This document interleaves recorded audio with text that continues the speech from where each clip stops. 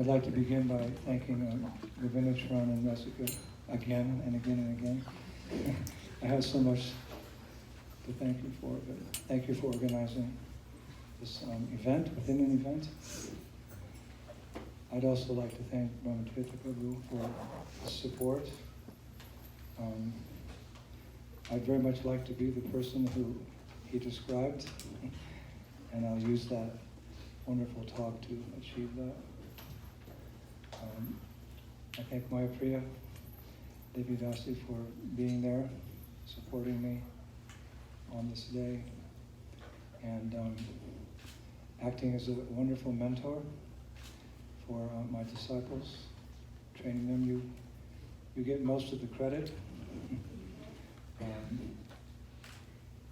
I often feel that when I'm traveling, I'm coming through quite quickly, and the devotees are like a painting, and I come through and I just add the finishing touches. So we have to give credit where credit is due.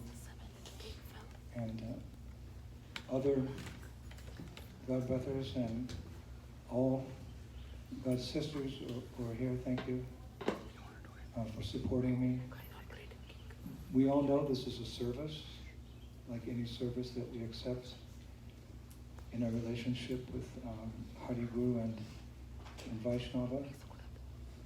I never actually felt very qualified to take on this service, but I do have faith in what I heard Prabhupada say, or I think I read it, that along with the instruction of the spiritual master comes the ability to fulfill it.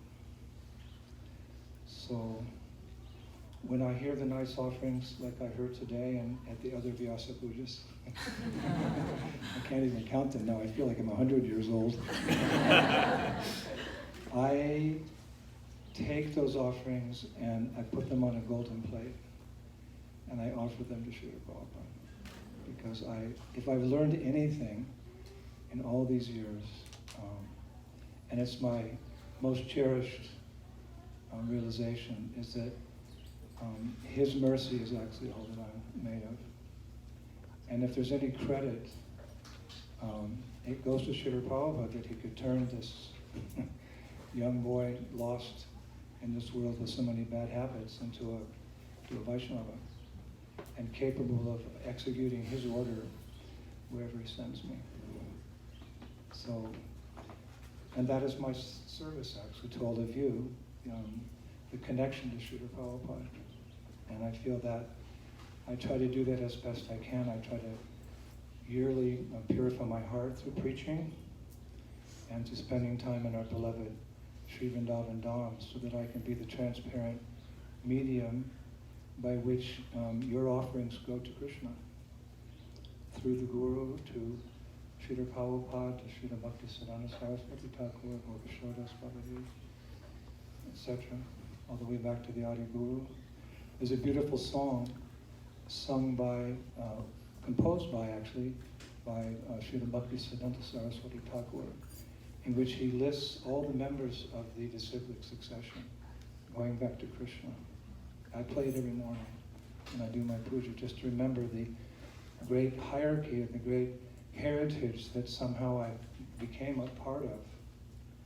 And that's how I get my strength, remembering all those personalities who, from time immemorial, have been working to facilitate the mission of Sri Krishna himself 5,000 years ago, and specifically our Ishtadev, Chaitanya Mahaprabhu. So many great acharyas have come, and according to time, place, and circumstance, they gave their contribution.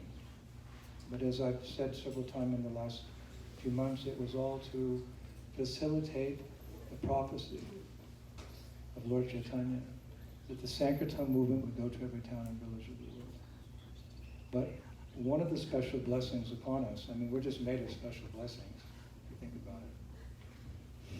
There's no more merciful incarnation than Lord Chaitanya. He's even more merciful than Krishna.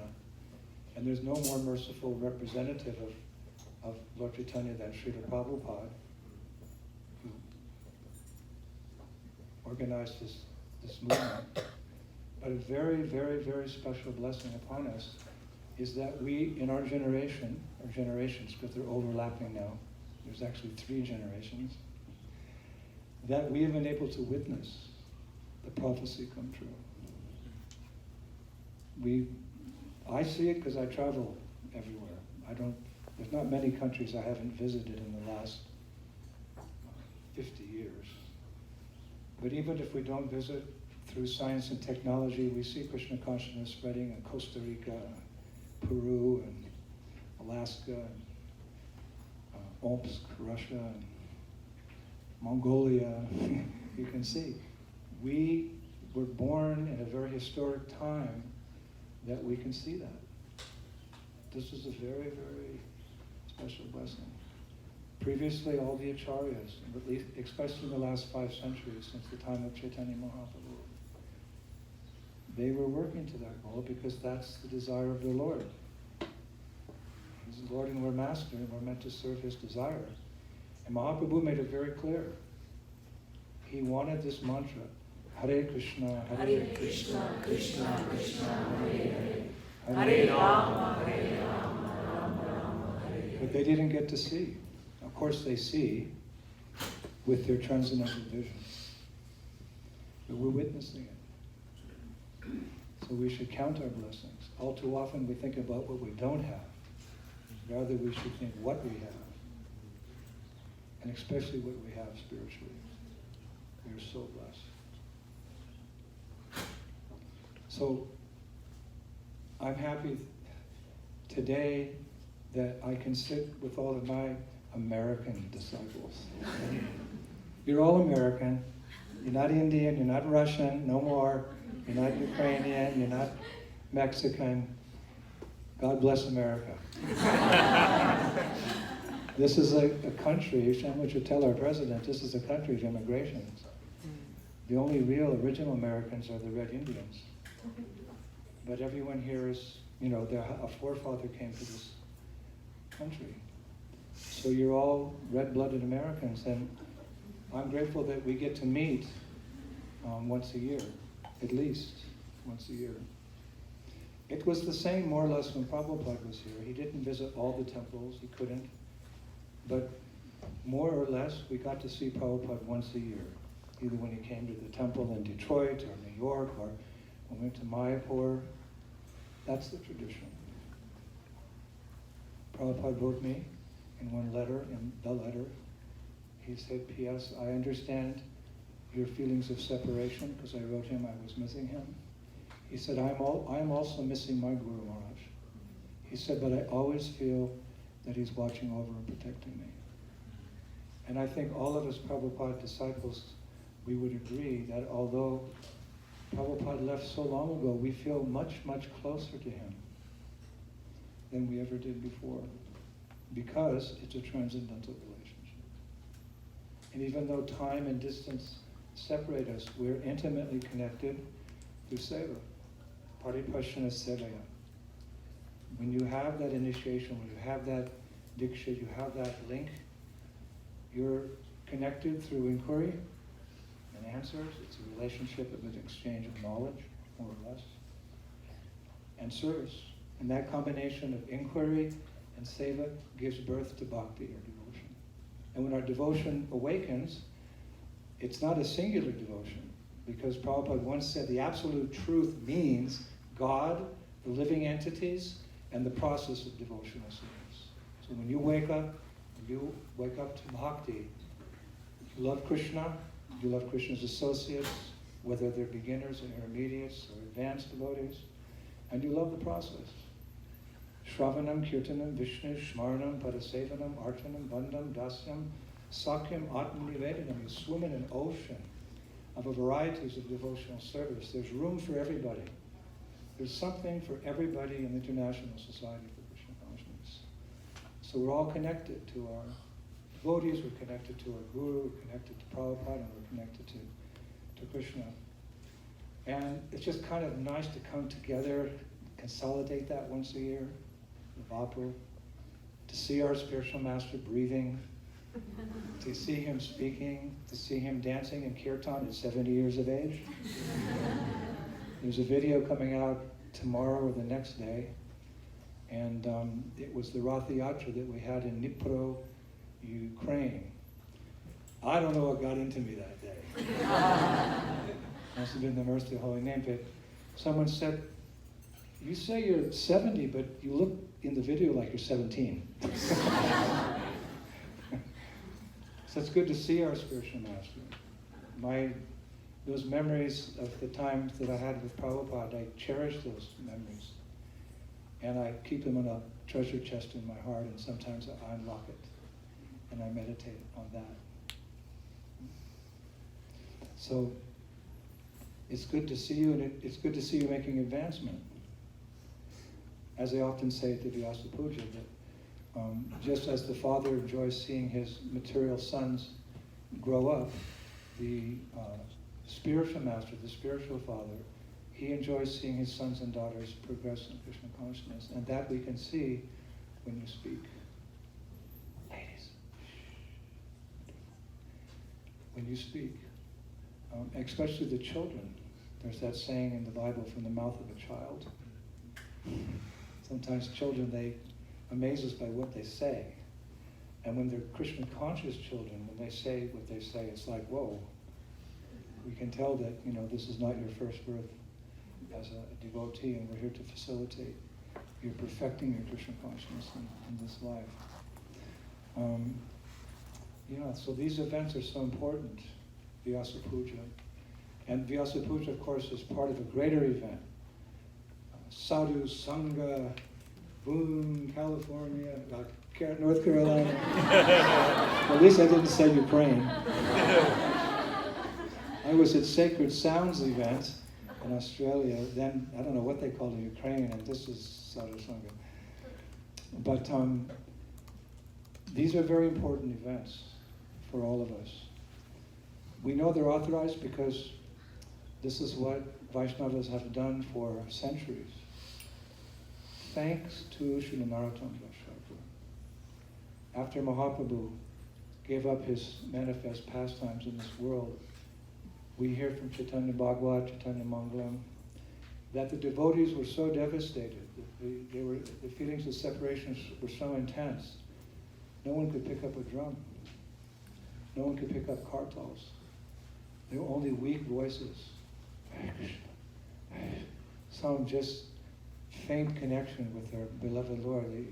Because as much as you're attached to something, when you lose it, to that same degree you feel the separation. We can hardly understand what is the attachment of great devotees to Chaitanya Mahaprabhu and to Sri Krishna. So nobody was doing anything. They couldn't move. So Narottam Das Thakur, Srinivasacharya, and Shyamananda Pandit, they had this idea, let's revive the devotees, let's get the preaching going again by holding a festival. That was the first Gaur Purnima festival in Ketur. Janama Mata came. So many senior devotees who were still living, they came, and it was a 4 or 5 day event. Mainly kirtan, Narottam was singing. His singing was so pure, it was so deep, it was so much in the mood of Vipralamba Bhav, separation, that the Panchatattva actually appeared in one of those kirtans. They appeared in their original form. Gave so much life to the Vaishnava community. So since that first Gaur Purnima festival, 50 years after the departure of Chaitanya Mahaprabhu, Vaishnavas have been observing Gaur Purnima in Mayapur and other important festivals, different times throughout the year in the Vaishnava calendar, now all over the world. And this gives us life, isn't it? You come here and you just get totally revived. Specifically, what do these festivals do? Especially this festival, this Sadhu Sanga retreat in Boone, North Carolina. What does it do? It's just based around chanting Hare Krishna. And that's the Yuga Dharma. Krishna Vardam Tvisha Krishnam Shangopanga Shaparshadam Yagnai Sankirtan Prayar Yashantihi Shu Meda Shaha. Mahaprabhu appeared with his associates, and what were they doing? Hare Krishna, Hare Krishna, Krishna Krishna, Hare Hare, Hare Rama, Hare Rama, Rama Rama. It's the singular, most important thing we do in our movement is chant Hare Krishna. So these festivals are meant to increase our faith in the holy names, and they're meant to inspire us, as we are hearing from Brahmacharya Prabhu and others, to distribute those holy names. You know, we come for different reasons, see our friends, and you know, my son Gorshakti's been cooking his prasadam himself recently in an apartment, and it's just kitchen. He came here and he's just loving the prasadam. There's so much prasadam here. So we come for prasadam, and we come for different reasons, but there's a deeper reason, and that is to develop our faith in chanting and our faith in sharing that. It's very clear. There's so much philosophy, but when you boil it down to the essence, it's stated very nicely by Srila Bhaktisiddhanta Saraswati Thakur in his commentaries on one of the Acharya's books. He says that in the teachings of Sriman Mahaprabhu, there are only two principal instructions. Develop a taste for chanting the holy names and display compassion for the fallen conditioned souls. You're playing back the recording already. This is very significant because sometimes, what's our attention span? Gaura was telling me the attention span's about 30 minutes for devotees and 20 minutes for, you know, some people, and for children it's 2 minutes. So sometimes eloquence is truth spoken concisely. So the whole mission of Chaitanya Mahaprabhu is spoken by Bhaktisiddhanta Saraswati Thakur. Develop a taste for chanting the holy names and display compassion for the fallen conditioned souls. So when I first heard that, it just resonated in my heart. Well, yeah, that's my mission statement. You know, they still have that mission statement. I think like that, probably because I've been trained by that, probably because my spiritual master told me that. And when I thought about Prabhupada's instructions to me, which you know, because you're all disciples, Prabhupada told me personally, preach boldly and have faith in the holy names. Doesn't that resonate with Bhaktisiddhanta Saraswati? Develop a taste for chanting and display compassion for the fallen conditioned soul. So whatever instruction is given to one disciple is also meant for other disciples. And these instructions are especially meant for Americans.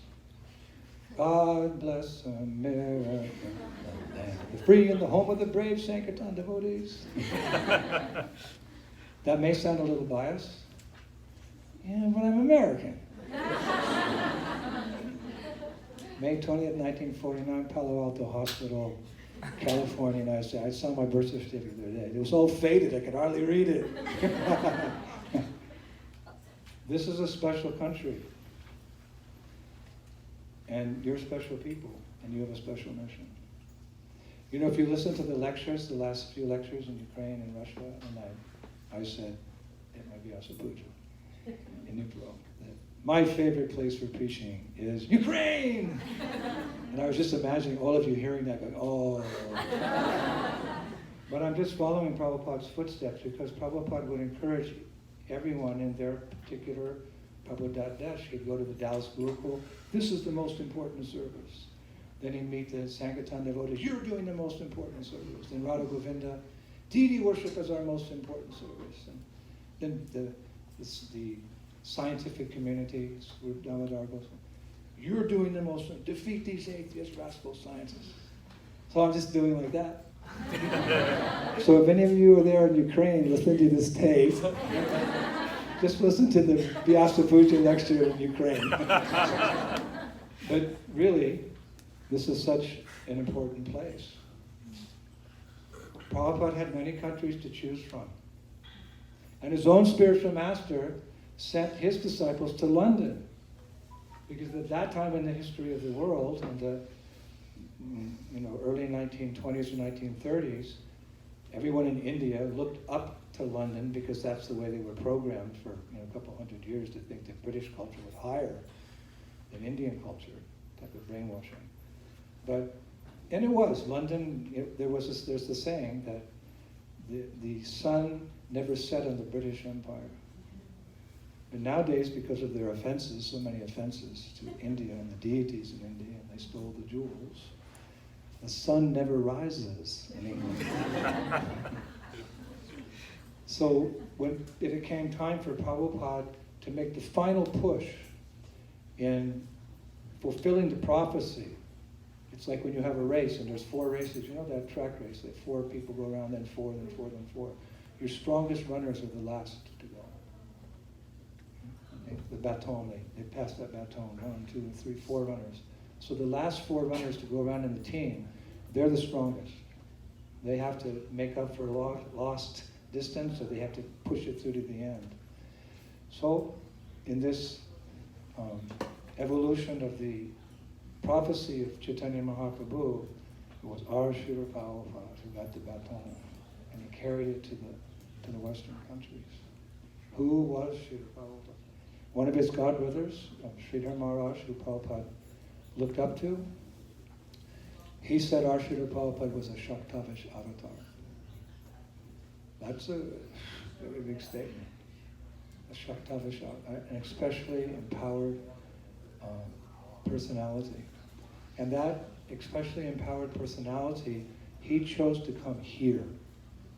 Because Triganakal, these pure devotees, they have no material conditioning, no material nevities, they're completely pure.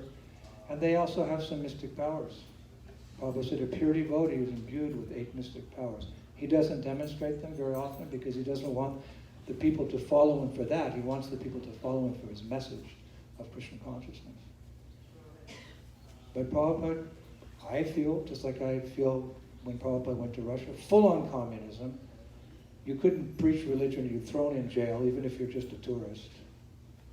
Prabhupada saw the potential in that country. He called it one time Rishya. Rishya means the place of the rishis, Russia. Who would have known in communist time? But he went, and the rest is history. Thousands and thousands. But it all started in America. Why? Only Prabhupada knows. We can take an educated guess. In the beginning of Bhagavatam, Prabhupada says, to start a movement, you need men, money, and capital. You may have a great idea. You know, this I want to push on Lord Chaitanya. Okay. Well, how are you going to do it? I'm going to go out and talk to people. You need men. Like Prabhupada said in the beginning, in the beginning, Krishna sent me a few good men in the streets of New York. You need men, you need money, you need capital, you need things, you need cars, vehicles, petrol, land, cows, like that.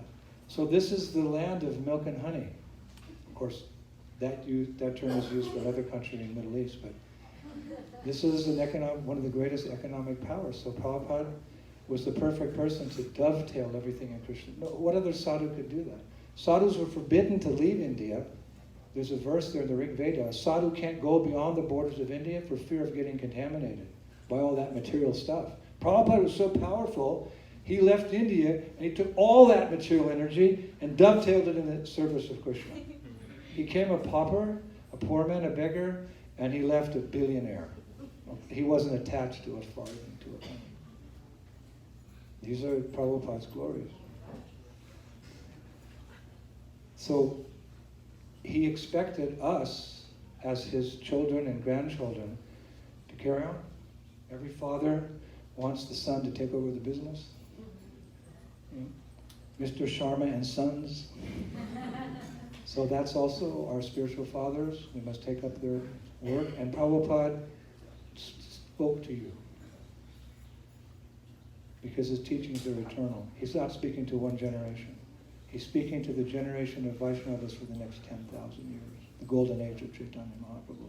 And what did he say? He said, what is the use of being American unless you could do something big? He said that to you. He may have said it to a small group of devotees, but again, when the spiritual master speaks, it's absolute truth. It's meant for anyone who has taken up the path of Krishna consciousness. What is the use of being American unless you could do something big? That's how the world looks at America. America has its faults, so does England. So does any country. England, with all thy faults, I love thee. So America, you know, it has many faults, but it's a great nation. It's meant to do great things. And Prabhupada saw it as a springboard for pushing on Krishna consciousness all over the world. Of course, that's a big challenge. What's the use of being American? And you're not Indian, I'm reminding you again, you have a green card.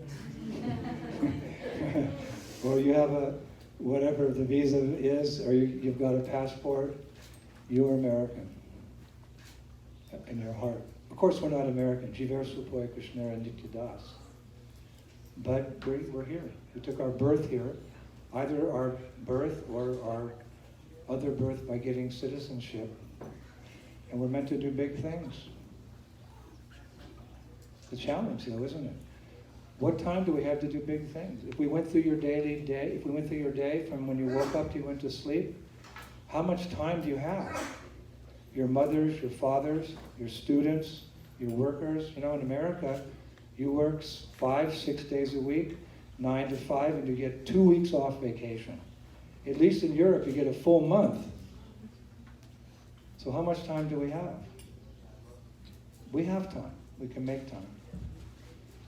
And whatever time we have to use it quality. We have to use quality. So it's the spiritual master who reminds us. He's kind of pushing. That's guru. Prabhupada used the term heavy. Like he's putting the pressure on you. We don't want any pressure. You know, it's Kali Yuga. Laziness is a predominant quality.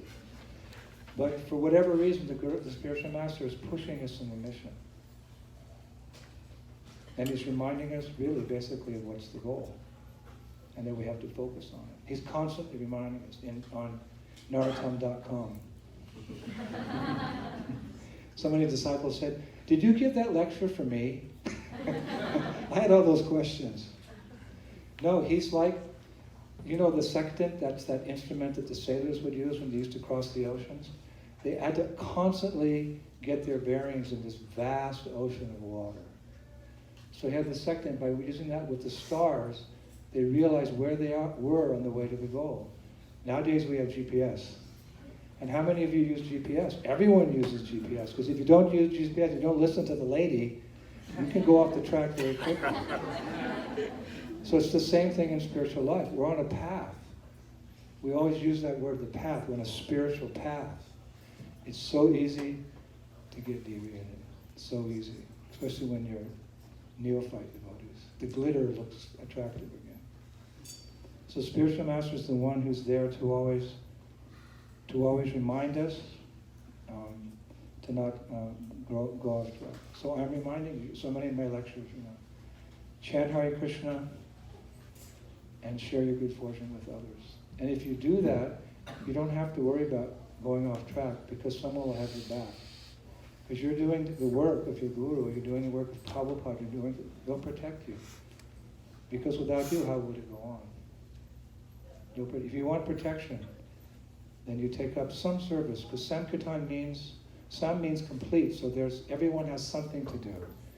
To preach, to organize programs, to cook, to raise children, to give some donation. It all makes the effort complete, and everyone can take pride in whatever they're able to do and know that Krishna accepts that. Someone may have bigger quote-unquote results, but if you're doing that seva with devotion,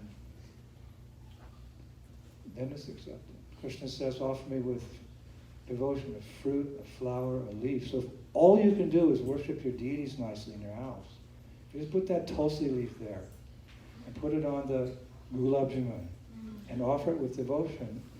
Your service is as much as a sannyasi who's doing festivals all over the world in the eyes of Krishna. Everyone has a part. This harmonium is a very valuable instrument. But if this screw falls out, it doesn't work. It happened the other day to me. A screw fell out, and that key went off, and I couldn't play the harmonium.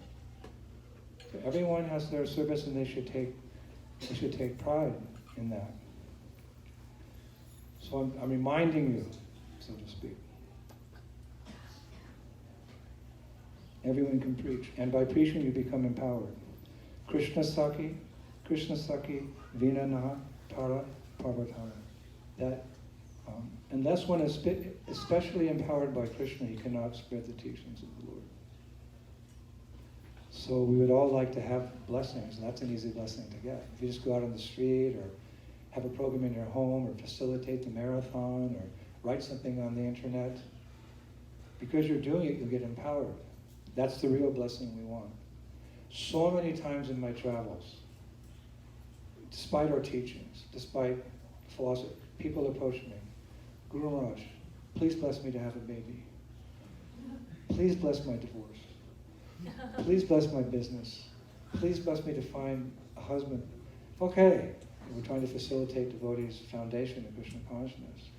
When someone comes forward and says, give me the blessings to share my good fortune with others, then my heart just opens up. And what is the benefit of that blessing, that if we try in our own individual way to share our good fortune, what happens? For one who explains this supreme secret to the devotees, and everyone's a devotee, pure devotional service is guaranteed, and at the end he will come back to me. So this is especially meant for American devotees, because this is where it started, and this is where Prabhupada expected to prosper. This country is doing really well economically. I know what you may think about Trump or this or that, but the economy is doing pretty good here. And the jobs are increasing. So there's a strong foundation.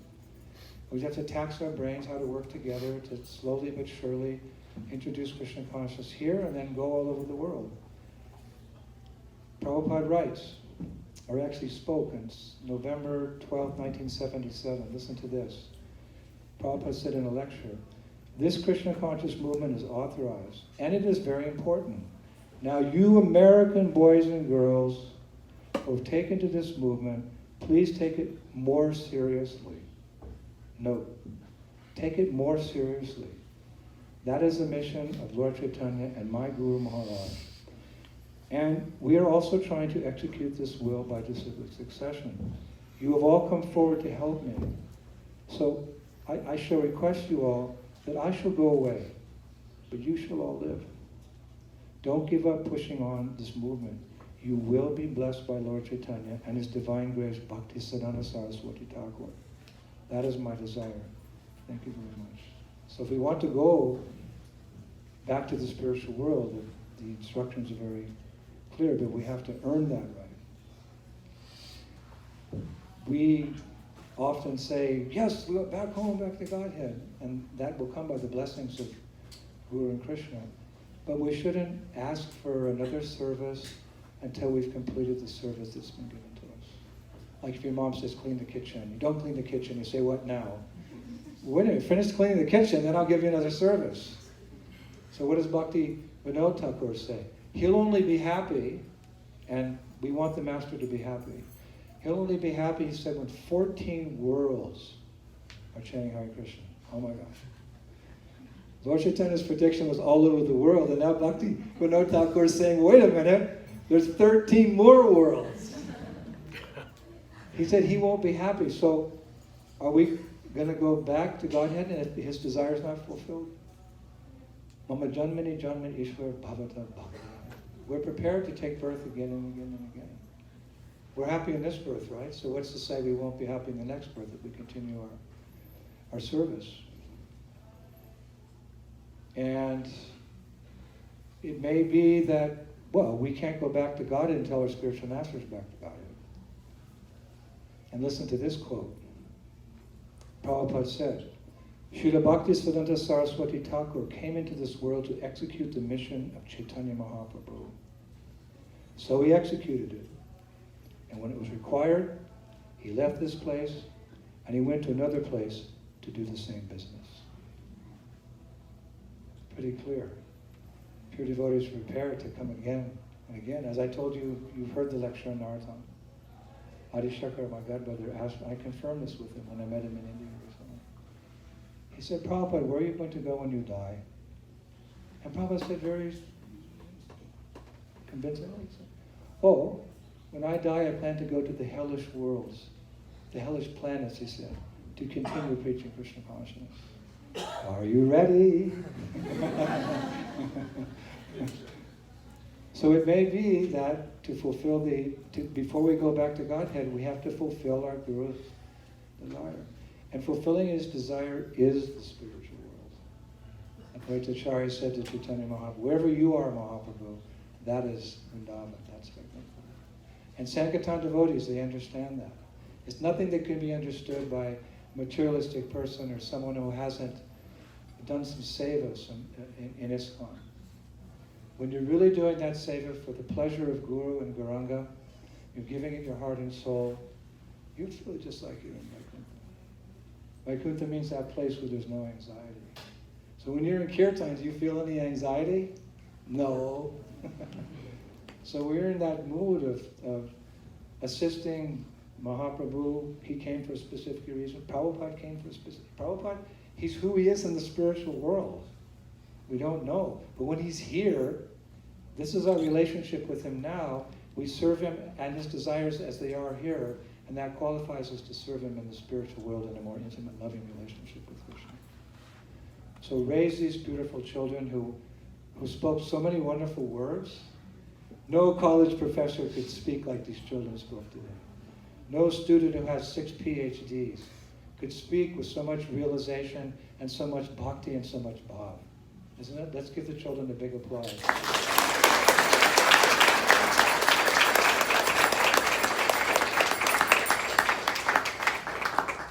So the seed is planted there. And Prabhupada says, one final quote here, he says, the neophyte is thinking, I shall become liberated from all suffering. Let me give up everything and sit down. Prabhupada says, sometimes that's also good, but my Guru Maharaj, Bhakti Siddhanta Saraswati Thakur, he was not that type of Vaishnava. That is his special gift. He wanted every one of his disciples to go out and preach the cult of Krishna consciousness. So take advantage of being Americans. This is a great country, and they're great people. I know. You take a drop of water, you know what the whole ocean's like. I was flying from JFK to Charlottesville, it's called Charlottesville, and I was upgraded to first class, sitting with all these prim and proper and wealthy people. One man came on, his big gold Rolex, shiny shoes, and a pucka pinstripe suit, and tie, and he looked at me and went, because I'm always dressed like this. I'm proud to dress in my Vaishnava dress, because it elicits many questions. And he looked at me like, sit next to me. He didn't say that, but it's like, sit next to this, whatever he is. I took it like that he didn't like me. And the whole flight, he was, and he kind of calmed down. And I was chanting, like, Hare Krishna, Krishna, Krishna, Hare Hare, Hare Rama, Hare Rama, because I didn't want to live in hell. I wanted to live in Vaikuntha. You take on the calls, so that was my protective armor. Just like Lakshman, he put the sword around Sita with a mantra so that Ravana couldn't touch her, a delicate princess. Ravana with 10 heads, he couldn't touch her because of the mantra. The mantra is so powerful. So there I am chanting, and I'm smiling. And people are looking like. So he's like, okay, buddy, So at the end of the flight lands and people are starting to delay. He turns to me, he says, sir, thank you so much for your song. Yeah. Thank you, he said it twice, thank you so much for your song. I'm going through a really difficult point in my life. I won't share it, but I'm about your same age and my whole life's falling apart. And I've been suffering so much, but somehow that song you were singing, and it was the same song, right, the whole time. He said there was only one line to the song. And he said it made me so peaceful, and it brought joy and light to my heart for the first time in 6 months. Thank you for that song. And he got up and walked out with a smile on his face.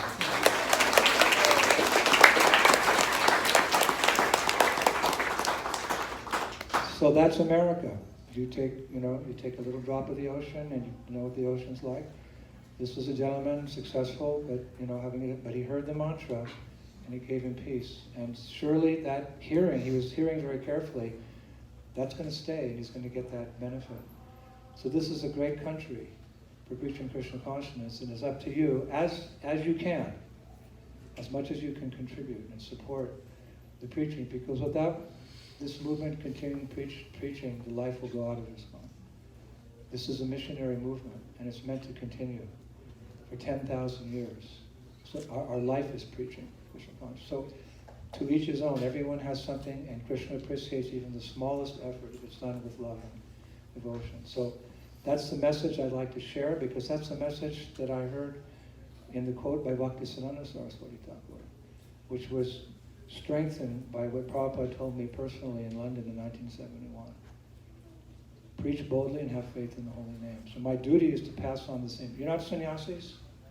That's fine. But you each have something to give. You all know more than the greatest philosopher, material philosopher who ever lived. You take philosophy class, 101, so many philosophers. These children have defeated them today by what they've shared with us. And you can defeat that atheistic and personalist philosophy of Kali Yuga step by step here in the great country of America. Thank you very much. Srila Prabhupada ki.